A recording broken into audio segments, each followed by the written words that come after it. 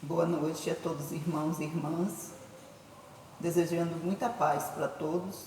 Estamos retomando o nosso Evangelho de terça-feira e o nosso tema de hoje está no capítulo 5, Causa das Aflições, o item 19, que fala sobre o mal e o remédio. É uma mensagem do Espírito Santo Agostinho.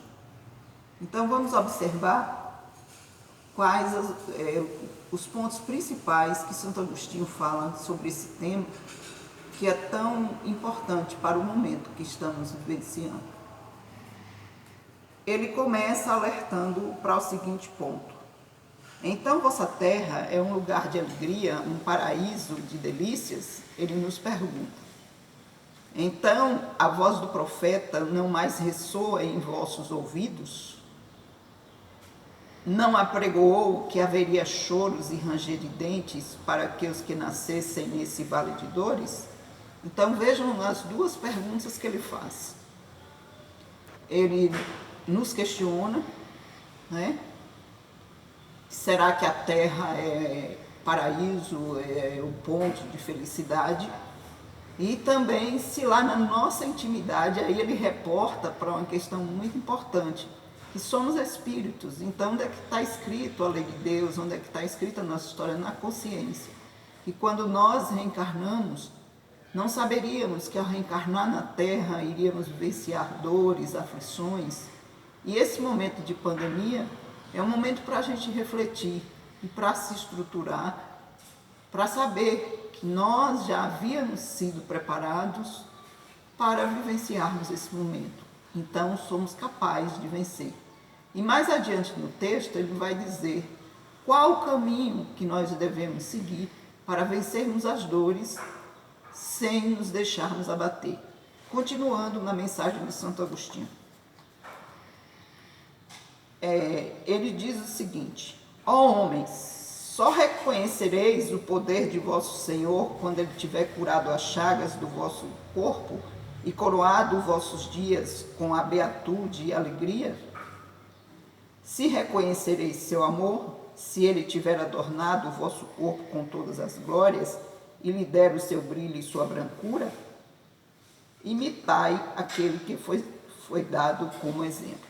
E aí essa reflexão é muito importante, que ele diz que será que nós só devemos reconhecer Deus no momento em que estamos felizes, em que as coisas dão certo para a gente? Será que nos momentos das dores Deus se afasta de nós?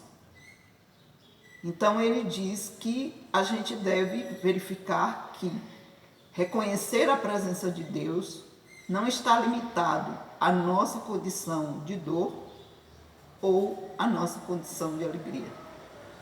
Deus se faz presente, é onipotente, justo e se manifesta e está presente em todos os momentos. E nós sabemos também que Deus é a misericórdia e bondade. Será que o que é que está faltando para que a gente se sinta mais seguro, mais confiante? E ele ainda nos dá um ponto principal. Lembrai-nos do Cristo, que não tinha nada para pagar, mas que deu nos exemplos um ensinamento de resistência, de coragem e de fé nos momentos mais difíceis. E quando eu estava estudando, eu me lembrei de um dos testemunhos de um padre na Itália, que ele pegou Covid e ele, pelo fato de ser idoso e só tinha um respirador, ele preferiu abrir mão para uma pessoa mais jovem. Então esse é um exemplo de fé, de confiança na vida futura e de certeza do amparo divino. Outro exemplo de testemunho é o testemunho também de um religioso que durante a Segunda Guerra ele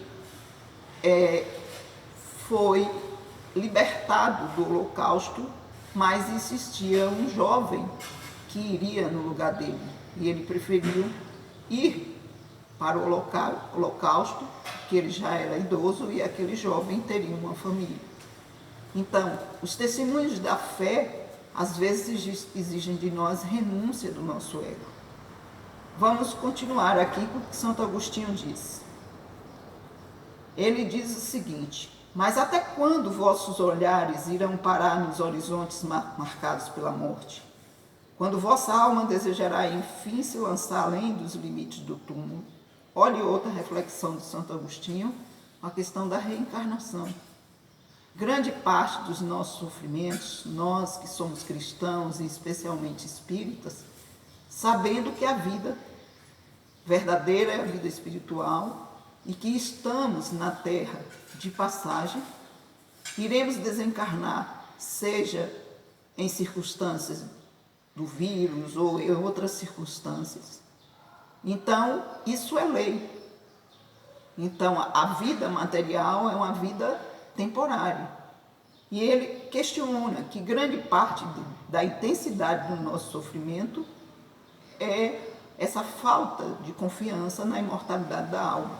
Então, Santo Agostinho nos lembra aí a imortalidade da alma. Mas ele continua: mas ainda que tivesses de chorar e sofrer toda uma vida, o que é isso ao lado da eternidade, de glória reservada àquele que tiver passado pela prova com fé, amor e resignação? Olha o que ele diz. Ele coloca que nós devemos, como um soldado que vai para a guerra, ele sabe dos perigos, mas ao mesmo tempo ele tem uma meta, um objetivo, é vencer. E ele diz que essas dores, que a própria doutrina espírita nos diz, que não existem dores eternas, e que essas dores se refletem na cura da nossa alma enferma, que ao sairmos e deixarmos essas dores com galhardia, com resignação, nós encontraremos o paraíso, ou seja, encontraremos a felicidade verdadeira. Aí ele diz o seguinte: procurai consolação para vossos males no futuro, que Deus vos prepara, e a causa de vossos males no passado. E vós que sofreis, mais considerai-vos como bem-aventurados na terra. E aqui a gente tem a doutrina espírita nos lembrando da lei de causa e efeito. Então, nada do que nos acontece está fora da necessidade do nosso aprendizado enquanto espíritos. E nós, enquanto espíritos, temos um passado a expiar e um futuro a construir. E alguém vai perguntar: futuro, a morte? A morte é apenas uma passagem. Claro que pelo nosso nível de evolução, ela ainda nos causa dor, nos causa sofrimento. Devemos respeitar o luto, devemos orar pelos que partem. Mas o Evangelho nos convida a ter confiança e esperança na vida futura, na superação das dores e dos males. E ele também, como desencarnados, quando vagueis no espaço, escolhestes vossa prova, porque vós acreditais forte o bastante para suportá-lo. Por que reclamar agora? Olha a pergunta que ele faz. Então, Deus não nos castiga. Vamos dar um exemplo. Nós, como estudantes da vida, estudantes na vida material, e aqui eu tenho um estudante ao meu lado, né? Batalhou para fazer o vestibular, quer fazer mestrado, doutorado, e olhe lá. Ele sabe quantas noites ele vai ter que penar para estudar, para conseguir o seu objetivo. Na questão espiritual, também se faz isso. É necessário esforço, renúncia. É necessário abrir mão do nosso ego. É necessário fortalecer as virtudes. E para fortalecer as virtudes, se faz necessário muito esforço, muita renúncia. Aí ele dá o remédio, porque o título do nosso evangelho, o mal e o remédio. Então ele fala dos males, ele diz das provas, das dores, e aí ele vem com o remédio. E qual é esse remédio? 2 letrinhas: fé. Então ele diz: Que remédio, então, determinar aqueles que são atingidos por obsessões cruéis e mal excruciantes? E ele responde: só um remédio infalível. A fé, olhar para os céus. Se no acesso de vossos sofrimentos mais cruéis, vossa voz canta ao Senhor, o anjo canta à vossa cabeceira, e com a mão vos mostrar o sinal de salvação e o lugar que devereis ocupar um dia. A fé é o remédio certo para o sofrimento. Mostra sempre horizontes no infinito, diante dos quais se apagam os poucos dias sombrios do presente. Não mais vos pergunteis, pois qual o remédio é preciso empregar, para curar tal úlcera ou tal chaga, e tal tentação ou tal prova. Aquele que crê está fortalecido pelo remédio da fé. Aquele que duvida um segundo de sua eficácia é punido no mesmo instante, porque nesse mesmo instante já sente as pujantes angústias da aflição. E aí, essa semana, eu ouvi um palestrante que ele fez uma comparação muito interessante sobre a fé de Pedro. Ele fala da fé de Pedro vacilante ao andar nas águas, quando ele pediu a Cristo para andar nas águas, e andou quando ele se sentiu inseguro, ele pediu ajuda. Ele fala da fé vacilante de Pedro, no momento em que Pedro negou Jesus, mas ele fala do último momento em que Pedro, fortalecido, cura aquele irmão e diz assim: o que eu tenho para te dar em nome de Jesus, levanta-te e anda.